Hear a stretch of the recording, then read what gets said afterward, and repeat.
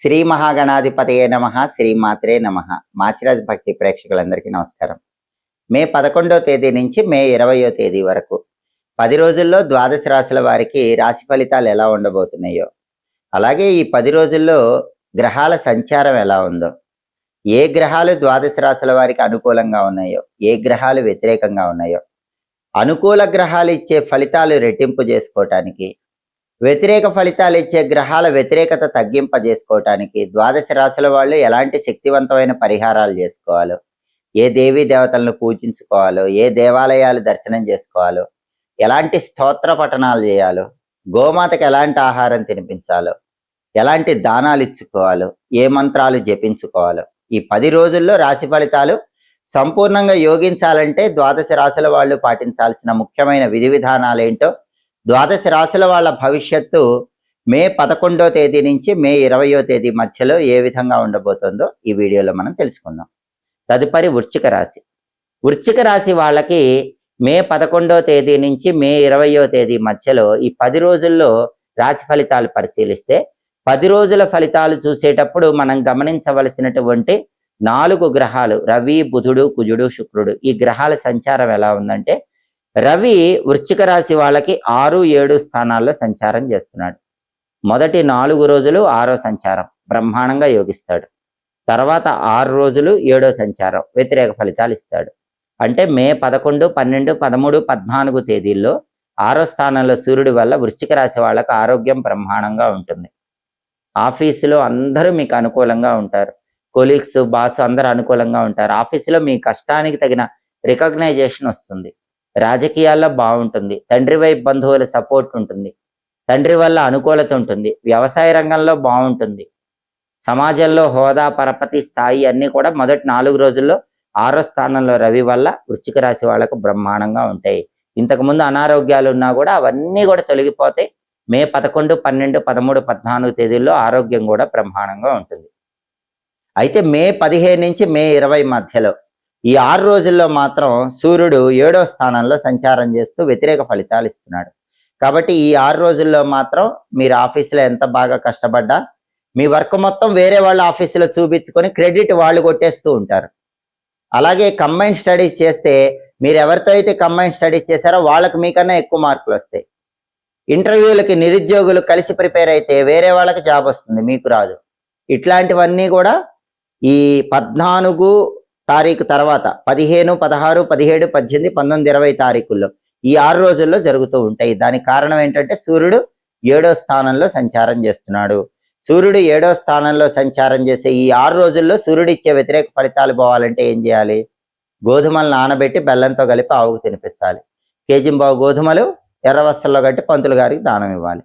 ఓం సూర్యనారాయణ పరబ్రహ్మణే నమః ఈ మంత్రం రోజు 12 సార్లు చదువుకోవాలి. సూర్యాష్టకం కానీ ఆదిత్య హృదయం కానీ వినాలి. అప్పుడు సూర్యుడు ఈ 6 రోజుల్లో ఇచ్చే వ్యతిరేక ఫలితాల నుంచి బయటపడి మే 15వ తేదీ నుంచి మే 20వ తేదీ మధ్యలో కూడా అనుకూల ఫలితాలు వృశ్చిక రాశి వాళ్ళు పొందవచ్చు. అలాగే 10 రోజుల ఫలితాలు చూసేటప్పుడు మనం గమనించాల్సిన ఇంకొక గ్రహం బుధ గ్రహం. బుధుడు వృశ్చిక రాశి వాళ్ళకి ఎలా ఉన్నాడంటే, బుధుడు 6, 7 స్థానాల్లో సంచారం చేస్తున్నాడు. మొదటి 4 రోజులు 6వ సంచారం చేస్తున్నాడు, బ్రహ్మాండంగా యోగిస్తున్నాడు. ఆ తర్వాత 6 రోజులు 7వ సంచారం చేస్తున్నాడు, వ్యతిరేక ఫలితాలు ఇస్తున్నాడు. మొదటి 4 రోజులు అంటే మే 11, 12, 13, 14 ఈ తేదీల్లో బుధుడు 6వ స్థానంలో ఉన్నప్పుడు వృశ్చిక రాశి విద్యార్థులు బ్రహ్మాండమైన ర్యాంకులు తెచ్చుకుంటారు. ఎడ్యుకేషన్లో నెంబర్ 1గా ఉంటారు. నిరుద్యోగులు ఎవరైనా ఇంటర్వ్యూలకు వెళితే ఖచ్చితంగా క్వాలిఫికేషన్కి తగిన హై ప్యాకేజ్ జాబ్ వస్తుంది. బిజినెస్ కూడా పెద్దగా కష్టపడకుండానే మంచి లాభాలు వస్తూ ఉంటాయి. అయితే మే 15వ తేదీ నుంచి మే 20వ తేదీ మధ్యలో ఆ 6 రోజుల్లో మాత్రం బుధుడు 7వ స్థానంలో ఉంటాడు. అప్పుడు మాత్రం విద్యార్థులకి వ్యతిరేక ఫలితాలు వస్తాయి. నిరుద్యోగులకి ఉద్యోగాలు రావటం కష్టంగా ఉంటుంది. వ్యాపారస్తులకి పెద్దగా లాభాలు ఉండవు. ఆ సమయంలో బుధుడిచ్చే వ్యతిరేక ఫలితాలు పోవాలంటే గణపతి ఆలయ దర్శనం చేయాలి. సంకటనాశిక గణేష స్తోత్రం కానీ, గణేష పంచరత్న స్తోత్రం కానీ ఆ 6 రోజుల్లో వింటూ ఉండాలి. అలాగే ఆ 6 రోజుల్లో గణపతికి గరిక, ఎర్ర పుష్పాలించి నమస్కారం చేసుకోవటం, ఓం గ్లౌం గణపతయే నమః అనే మంత్రం రోజు 21 సార్లు చదువుకోవటం చేయాలి.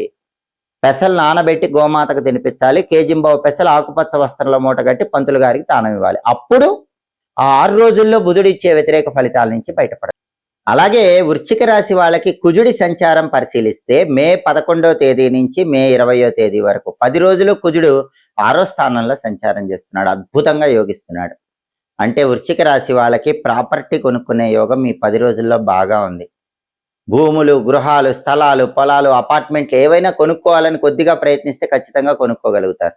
అలాగే చాలా కాలంగా అమ్మాలని చూస్తున్న భూములు, గృహాలు, స్థలాలు, పొలాలు, అపార్ట్మెంట్లు ఇలాంటివి కూడా మంచి రేటుకు అమ్ముకోవటానికి బలం బాగుంది. శత్రువులు నశించిపోతారు, అప్పులు తీరిపోతాయి, పెద్ద మొత్తంలో ఉన్న అప్పుల నుంచి బయటపడతారు. బ్యాంక్ లోన్లు పెద్ద మొత్తంలో శాంక్షన్ అయ్యే అవకాశం ఉంది. 6వ స్థానంలో కుజుడు బ్యాంక్ లోన్ వచ్చేలాగా చేస్తాడు. బ్రదర్స్ తో ఉన్న డిస్ప్యూట్స్ క్లియర్ అయ్యేలా చేస్తాడు. సోదరుల సపోర్ట్ వల్ల కూడా ప్రాపర్టీస్ కొనుక్కుంటారు. రియల్ ఎస్టేట్ రంగంలో మంచి డీల్ ఓకే జాక్పాట్ కొట్టే అవకాశం కూడా ఉంటుంది. ఇన్ని ప్రయోజనాలు, దాంతో పాటుగా అనారోగ్యాల నుంచి బయటపడేసే విధంగా కూడా 6వ స్థానంలో కుజుడు అనుకూలత ఇస్తాడు. శత్రుబాధలన్నీ కూడా నశించిపోయేలాగా చేస్తాడు. 6వ స్థానంలో కుజుడు ఖచ్చితంగా వృశ్చిక రాశి వాళ్ళకి ఈ 10 రోజుల్లో ఈ ఫేవరబుల్ రిజల్ట్స్ అన్ని ఇస్తాడు. కాబట్టి వృశ్చిక రాశి వాళ్ళకి సూర్యుడు కొన్ని రోజులు యోగించకపోయినా, బుధుడు కొన్ని రోజులు యోగించకపోయినా, కుజుడు పూర్తిగా యోగిస్తున్నాడు కాబట్టి చాలా వరకు అనుకూల ఫలితాలే ఉంటాయి. అలాగే శుక్రుడి సంచారం తీసుకుంటే శుక్రుడు మే 11 నుంచి మే 20 మధ్యలో 7, 8 స్థానాల్లో సంచారం చేస్తున్నాడు. మొదటి 3 రోజులు 7వ సంచారం యోగించట్లేదు. తర్వాత 7 రోజులు 8వ సంచారం బ్రహ్మాండంగా యోగిస్తున్నాడు. అంటే మొదటి 3 రోజులు మే 11, మే 12, మే 13 ఈ 3 రోజుల్లో మాత్రం 7వ స్థానంలో శుక్రుడు ఉండటం వల్ల లైఫ్ పార్ట్నర్తో గొడవలయ్యే అవకాశం ఉంది. తస్మాత్ జాగ్రత్త. మే 11, మే 12, మే 13 తేదీల్లో వృశ్చిక రాశి వాళ్ళు లైఫ్ పార్ట్నర్తో మాట్లాడేటప్పుడు గొడవలు రాకుండా జాగ్రత్తగా సమయానుకూలంగా మాట్లాడండి.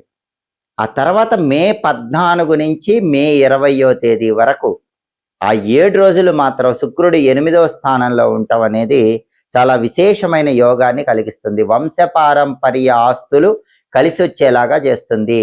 తల్లిదండ్రుల నుంచి, తాత ముత్తాతల నుంచి, లైఫ్ పార్ట్నర్ వైపు నుంచి, ఎటువైపు నుంచి అయినా సరే తరతరాల ఆస్తులు సంక్రమించే యోగము వృశ్చిక రాశి వాళ్ళకి మే 14 నుంచి మే 20వ తేదీ మధ్యలో ఉంది. కాబట్టి ఆ సమయంలో కొద్దిగా ప్రయత్నం చేసుకున్న ఆ ఆస్తులన్నీ కలిసి రావడానికి అవకాశం ఉంటుంది. అయితే మొదటి 3 రోజుల్లో లైఫ్ పార్ట్నర్తో గొడవలు అవ్వకుండా ఉండాలంటే ఆ మొదటి 3 రోజుల్లో మాత్రం ఒకసారి నానబెట్టిన అలసందలు ఆవుకు పెట్టడం, కేజింబావు అలసందలు తెల్ల వస్త్రంలో కట్టి పంతులు గారికి దానం ఇవ్వటం చేయాలి.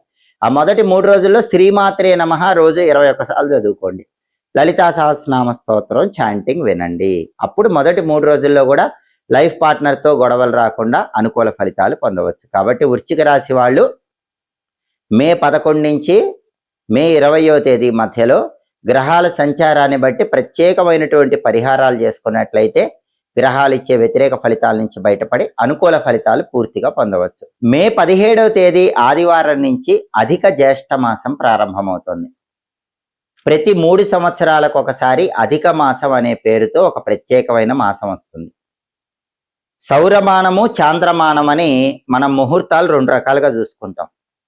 సౌరమానంలో రోజులకి, చాంద్రమానంలో రోజులకి కొంత తేడా ఉంటుంది. సౌరమానం ప్రకారం చూసుకునే రోజులు, చాంద్రమానం ప్రకారం చూసుకునే రోజుల మధ్యలో ఉన్న తేడా సరిచేయటానికి వచ్చిన మాసాన్ని అధిక మాసం అంటారు.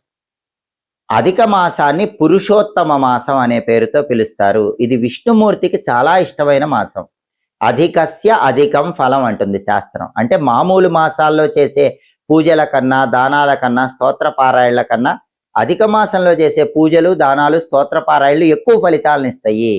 దీన్ని పురుషోత్తమ మాసం అని ఎందుకన్నారంటే పురుషోత్తముడు అని పిలువబడే విష్ణుమూర్తికి ఇష్టమైన మాసం. ఈ మాసంలో భాగవతం వింటే మంచిది, చదివితే మంచిది. భాగవత సప్తాహాలు జరుగుతూ ఉంటే ఎక్కడైనా అక్కడికి వెళ్ళి భాగవత సప్తాహాలు వింటే మంచిది. ఇవన్నీ చేయలేకపోయినా ఓం పురుషోత్తమాయ నమః ప్రతిరోజు ఇంట్లో దీపం పెట్టి అధిక మాసంలో ఈ ఒక్క పురుషోత్తమ నామం చదువుకున్నా కూడా అద్భుత ఫలితాలు కలుగుతాయి. అధిక మాసం అంటే దానాలకు ఎక్కువ ప్రాధాన్యత ఉన్న మాసం. అధిక మాసంలో ఎవరైనా సరే గుమ్మడికాయ దానం ఇస్తే 14 సంవత్సరాల పాటు ఐశ్వర్య ప్రాప్తి కలుగుతుంది. కాబట్టి ఆర్థిక ఇబ్బందులు ఎక్కువగా ఉన్న వాళ్ళు ఎవరైనా సరే మే 17వ తేదీ ఆదివారం నుంచి ప్రారంభమయ్యే అధిక మాసంలో గుమ్మడికాయ బ్రాహ్మణుడికి దానం ఇవ్వండి, ఐశ్వర్య ప్రాప్తి కలుగుతుంది. అలాగే పిల్లలు జీవితంలో వృద్ధిలోకి రావాలంటే అధిక మాసంలో గుమ్మడికాయ పనస పండు ఈ రెండింటిని కలిపి పంతులు గారికి కానీ ముత్తైదువకు కానీ దానం ఇవ్వాలి. అలాగే అధిక మాసంలో స్వయం పాకం దానం ఇస్తే కుటుంబ కలహాలన్నీ తొలగిపోతాయి. అలాగే అధిక మాసంలో ఇవ్వవలసిన ఇంకొక గొప్ప దానం అరిసెల దానం. అధిక మాసంలో 33 అరిసెలు దానం ఇమ్మని శాస్త్రాల్లో చెప్పారు. అమ్మవారికి ద్వాత్రింశత్ శక్తులని 32 ఉంటాయి. ఆ 32 శక్తులు దాటి అమ్మవారి అనుగ్రహం సంపూర్ణంగా పొందటానికి అధిక మాసంలో 33 అరిసెల దానం విశేషంగా సహకరిస్తుంది. 33 అరిసెలు పంతులు గారికి కానీ ముత్తైదువకు కానీ అధిక మాసంలో దానం ఇస్తే సంవత్సరం పాటు అమ్మవారి సంపూర్ణమైన అనుగ్రహం కలుగుతుంది. అలాగే అధిక మాసంలో పాలు కానీ బెల్లం కానీ దానం ఇస్తే జాతక దోషాల తీవ్రత నుంచి సులభంగా బయటపడవచ్చు. నవగ్రహాల అనుకూలత కలుగుతుంది. ఎవరికైనా అధిక మాసంలో పుట్టినరోజు వస్తే శివాలయంలో అభిషేకం చేయించుకొని బెల్లంతో చేసిన పాయసం కానీ బెల్లంతో చేసినటువంటి ఏదైనా పదార్థాలు కానీ శివాలయంలో దానం ఇచ్చినట్లయితే నిండు నూరేళ్ల ఆయుష్ పెరుగుతుంది. అంతటి శక్తి అధిక మాసానికి ఉంది. అలాగే అధిక మాసంలో ఎవరైనా సరే శరీరాన్ని విడిచిపెట్టినట్లయితే వాళ్ళకి అధిక మాసంలో పితృకార్యాలు చేయాలి, నిజమాసంలో కూడా పితృకార్యాలు చేయాలి. కానీ నిజమాసంలో ఎవరైనా శరీరాన్ని విడిచిపెడితే వాళ్ళకి అధిక మాసంలో పితృకార్యం చేయాల్సిన అవసరం లేదు, వాళ్ళకి శ్రాద్ధ కర్మ నిర్వహించాల్సిన అవసరం లేదు. నిజమాసంలో మాత్రమే శ్రాద్ధ కర్మ నిర్వహించాలి. అధిక మాసంలో తప్పనిసరిగా చేయవలసింది అష్టాక్షరి మంత్రజపం, ద్వాదశాక్షర మంత్రజపం.